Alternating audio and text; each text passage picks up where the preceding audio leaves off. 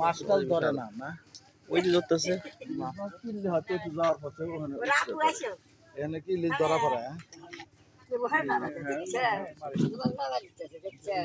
মজা হবে ওই ফালাইছি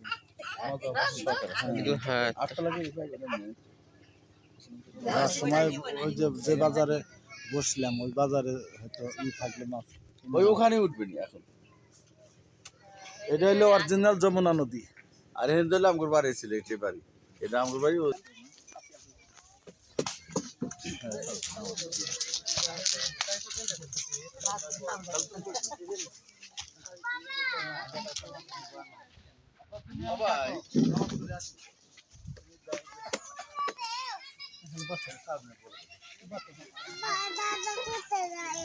দাদা নামাজ পড়তে যায় দাদারা দেবো দাদারা দেবো